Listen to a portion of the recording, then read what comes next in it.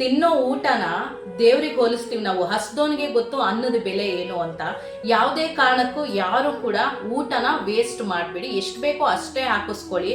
ಒಂದೊಂದು ತುತ್ತು ಹಿಂದೆಗಡೆ ನಮ್ಮ ತಂದೆ ಆಗಿರ್ಬೋದು, ತಾಯಿ ಆಗಿರ್ಬೋದು, ಅವರ ಕಷ್ಟ ಏನು ಅಂತ ಅರ್ಥ ಆಗುತ್ತೆ. ಈಗಿನ ಕಾಲದಲ್ಲಿ 1 kg ಅಕ್ಕಿ 80 ರೂಪಾಯಿ, 1 kg ರಾಗಿ 70 ರೂಪಾಯಿ, ಗೋಧಿ 60 ರೂಪಾಯಿ. ಇಷ್ಟೊಂದೆಲ್ಲ ಕಾಸನ್ನ ದುಡಿಬೇಕು ಅಂದ್ರೆ ದುಡಿಯೋರ್ಗೆ ಗೊತ್ತು ಕಷ್ಟದ ಬೆಲೆ ಏನು ಅಂತ.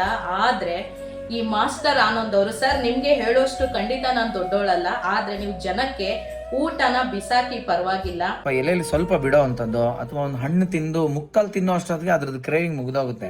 ಇನ್ ಸ್ವಲ್ಪ ಜಾಸ್ತಿ ಆಗ್ತಾ ಇರುತ್ತೆ. ನೋಡೋದಕ್ಕೆ ಅದು ಸ್ವಲ್ಪ, ಬಟ್ ಆ ಸ್ವಲ್ಪ ನಾನು ತಿನ್ನಕ್ ಹೋದ್ರೆ ನಂಗೆ ಸ್ಟ್ರೆಸ್ ಜಾಸ್ತಿ ಆಗುತ್ತೆ.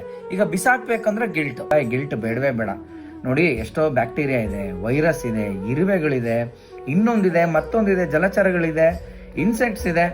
ಅವು ತಿನ್ಕೊಳ್ಳುತ್ತೆ ಅಂತ ಅನ್ಕೊಳ್ಳಿ. ನೋಡಿ, ಇವಾಗ ಈ ಪೀಸು ಓಕೆನಾ, ಇವಾಗ ಇದನ್ನ ತಿನ್ಬೇಕಂದ್ರೆ ನನಗೆ ಸ್ಟ್ರೆಸ್ ಆಗುತ್ತೆ. ಇಲ್ಲಿವರೆಗೂ ಖುಷಿ ಕೊಡ್ತು, ಸಾಕು. ಇದನ್ನ ಇನ್ನು ಆ ಪ್ರಾಣಿಗಳು ಎಂಜಾಯ್ ಮಾಡ್ಲಿ.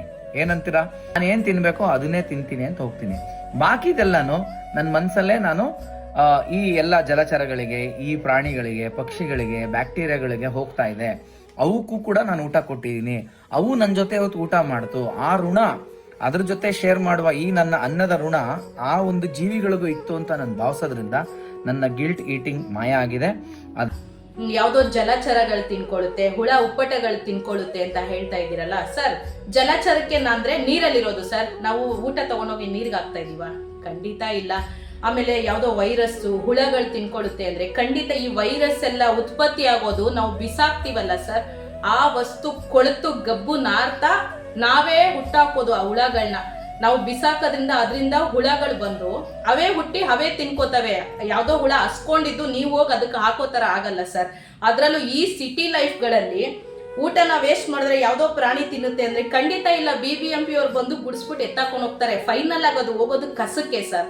ಆ ತರ ಕಸಕ್ಕೆ ಹಾಕೋದ್ರ ಬಗ್ಗೆ ನೀವು ಪ್ರಮೋಟ್ ಮಾಡಕ್ ಹೋಗ್ಬೇಡಿ ಜನಗಳಿಗೆ. ದಯವಿಟ್ಟು ಅನ್ನನ ನಾವು ಅನ್ನಪೂರ್ಣೇಶ್ವರಿಗೆ ಹೋಲಿಸ್ತೀವಿ. ಹೇಳಿದ್ನಲ್ಲ, ಹಸ್ತೋನಿಗೆ ಗೊತ್ತು ಅನ್ನದ ಬೆಲೆ. ಸೊ ಅನ್ನನ ಬಿಸಾಕ್ಬೋದು, ಗಿಲ್ಟ್ ಮಾಡ್ಕೋಬೇಡಿ ಅಂತ ನೀವು ಹೇಳೋದ್ರಿಂದ ಇವತ್ತು ಒಂದು ತನ್ನ ಬಿಸಾಕ್ತಾ ಇರ್ತಾನೆ, ನಾಳೆ ಏನಂತಾನೆ, ಇವರೇ ಬಿಸಾಕ್ತಾರೆ ಅನ್ಬಿಟ್ಟು ಇನ್ನೊಂದ್ 4 ತುತ್ತು ಬಿಡ್ತಾರೆ. ಹಂಗೂ ನಾವು ಅನ್ನನ ಕೊಡ್ಲೇಬೇಕು. ತಿನ್ನೋ ವಸ್ತುನ ಯಾವ್ದಾದ್ರು ಪ್ರಾಣಿ ತಿನ್ಕೋತವೆ ಅಂದ್ರೆ ನಾವು ತಿಂದು ಬಿಟ್ಟಿರೋ ಎಂಜಿಲು ಕೊಡೋದೇನಿಕ್ಕೆ ಸರ್?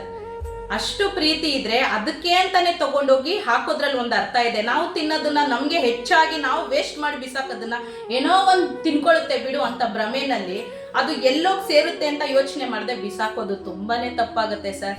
ಪ್ರತಿಯೊಬ್ಬರಿಗೂ ಹೇಳ್ತಾ ಇದ್ದೀನಿ. ಎಷ್ಟೋ ಜನ ಇವ್ರು ಮಾಡಿರೋ ವಿಡಿಯೋಗೆ ಕರೆಕ್ಟ್ ನೀವು ಹೇಳ್ತಾ ಇರೋದು, ನಾನು ಹೀಗೆ ಮಾಡ್ತೀನಿ ಅಂತೆಲ್ಲ ಹೇಳಿದ್ದೀರಾ.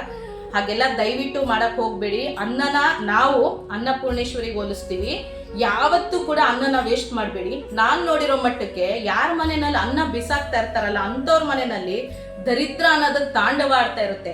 ನೀವು ಯಾರಿಗ್ ಮರ್ಯಾದೆ ಕೊಟ್ಟಿಲ್ಲ ಅಂದ್ರೂ ಪರವಾಗಿಲ್ಲ. ಮನುಷ್ಯ ಇವತ್ತು ಬದುಕಿರೋದು ಹೊಟ್ಟೆಗಾಗಿ. ಎಲ್ಲರೂ ಬದುಕ್ತಾ ಇರೋದು ಹೊಟ್ಟೆಗೋಸ್ಕರ. ಈ ಹೊಟ್ಟೆ ಪಾಡಿಗೆ ಎಷ್ಟೋ ಜನ ಕಷ್ಟ ಪಡ್ತಾ ಇದ್ದಾರೆ. ಅವ್ರಿಗೇನೋ ದುಡ್ಡಿದೆ ಅನ್ಸುತ್ತೆ, ಬಿಸಾಕಿದ್ರು ಪರವಾಗಿಲ್ಲ ಅಂತ ಹೇಳ್ತಾರೆ.